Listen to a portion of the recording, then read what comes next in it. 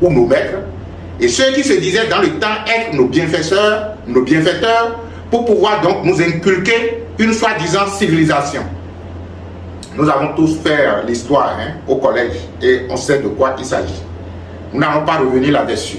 C'était d'abord les missionnaires, après les marchands, les militaires, on parlait du système des 3M, et naturellement c'était pour asseoir une domination politique et économique. On en a tellement répété que ça ne vaut plus la peine de continuer à dire nous avions été colonisés, on nous a bafoués, on nous a fait ci. Ok, d'accord, ça a été fait.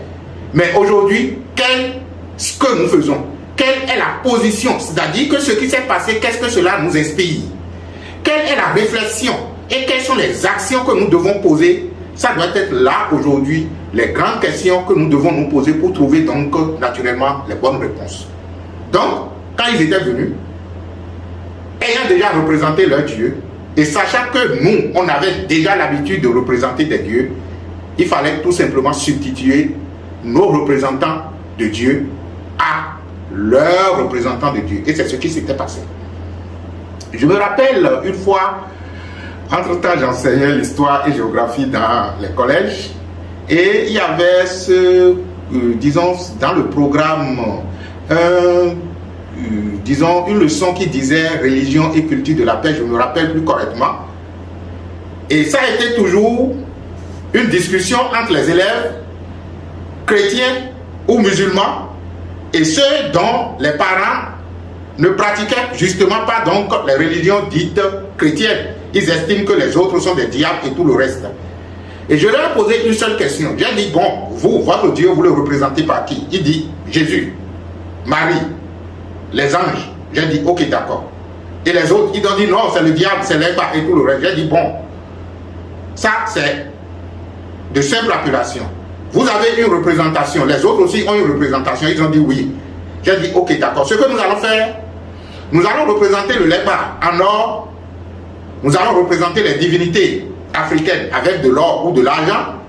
Et n'ayant pas suffisamment de moyens pour représenter les dieux chrétiens, si vous voulez, Jésus ou Marie ou ci ou ça, nous allons les représenter alors avec des bords de terre et on va les arroser alors de la farine avec de l'huile rouge. Et de nous, vous allez nous dire laquelle des représentations vous inspire. Ils ont dit, attention, si on faisait de l'huile rouge sur l'image, ou disons, la statue de Marie ou de Jésus, que ce ne serait pas beau, que ça donnerait une image pas très agréable. J'ai dit, ok, d'accord. C'est justement là où se trouve le problème. Quand ils sont venus nous voir et qu'ils ont vu qu'on arrosait nos représentants de Dieu avec de l'huile et de la farine mélangée avec de l'huile rouge, et qu'on y versait régulièrement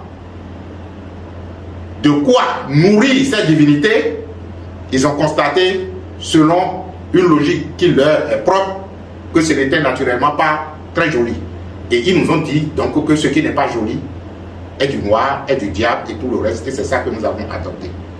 C'est pour dire tout simplement que aucun Dieu n'est digne d'être représenté.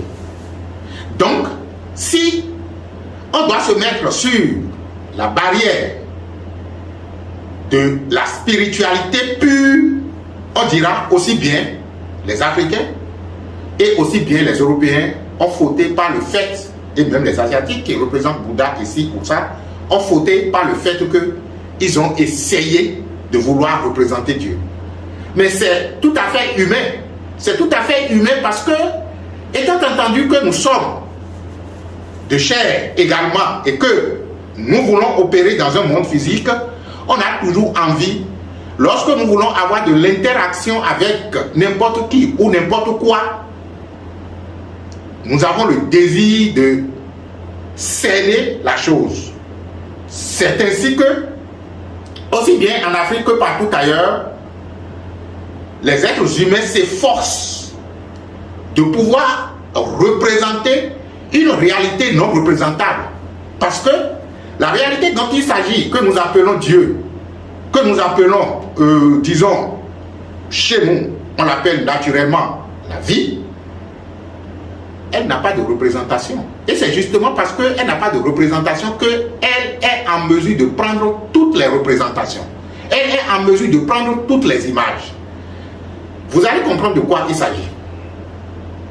Lorsque, en tant qu'individu tel que vous êtes là maintenant, vous rassemblez de la terre, je voudrais dire, et que chaque matin vous y versez de l'eau, ne serait-ce que de l'eau, et que vous commencez donc par invoquer des forces là-dedans, vous serez surpris qu'après un certain nombre de pratiques, dans le temps, que naturellement, une entité viendrait donc héberger cette représentation.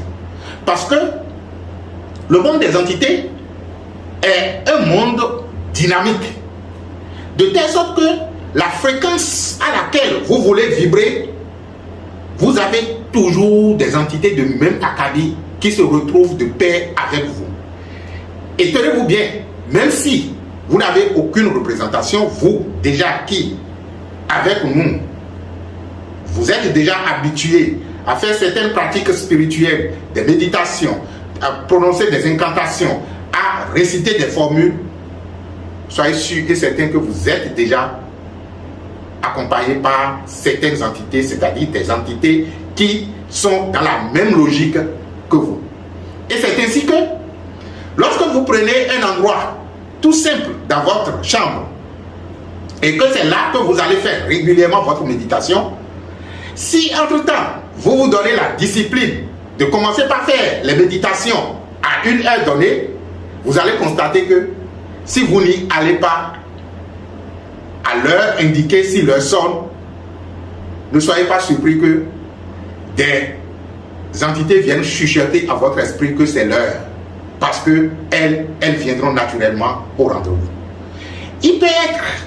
Il peut, ou elles, je voudrais parler des entités, elles peuvent être des maîtres spirituels comme des entités d'une certaine fréquence vibratoire qui coopèrent avec vous dans votre intention. C'est pourquoi dans la magie, la chose la plus importante est quelle est l'intention que vous avez. On ne veut pas culpabiliser telle ou telle personne d'avoir eu telle ou telle intention à vouloir faire du mal ou à vouloir faire du bien, mais de toutes les façons, que ça soit selon votre logique. Parce que celui qui est en train de faire du mal, selon vous, est dans une logique de faire du bien. Parce que si ce n'était pas bien pour lui, il ne serait pas en train de le faire naturellement. Donc, la notion du bien et du mal est une notion, disons que, est une notion non objective, je voulais dire. C'est subjectif.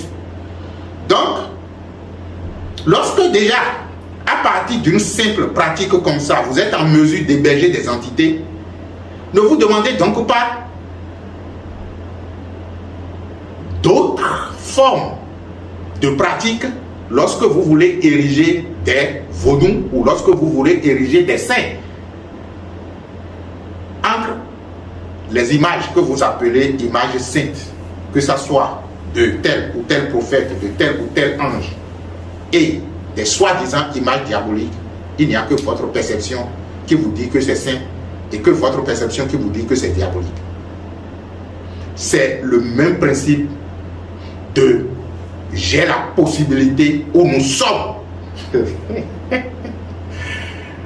Ah oui, c'est en fait ça le principe que je voudrais dire. Vous êtes le Dieu en mesure d'ériger des dieux. Si vous n'étiez pas Dieu, vous ne pouvez pas en fabriquer.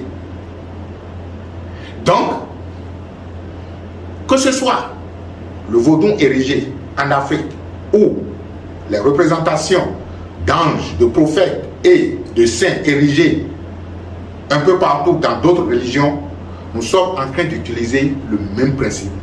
Le principe est ceci: je suis Dieu. C'est vrai que ça ne se dit pas. Et lorsque, consciemment ou inconsciemment, vous décidez de transmettre une partie de votre pouvoir à quelque représentation que ce soit, la représentation admet qu'il en soit ainsi parce que vous savez pourquoi? Les lois supérieures gouvernent les lois inférieures. Vous êtes le sang. Nous sommes le sang. Nous sommes ce qui est. Et dès lors que l'absolu que nous sommes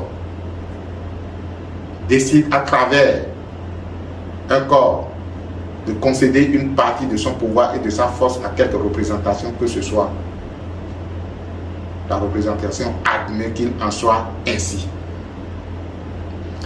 J'espère que vous êtes en train de comprendre que vous pouvez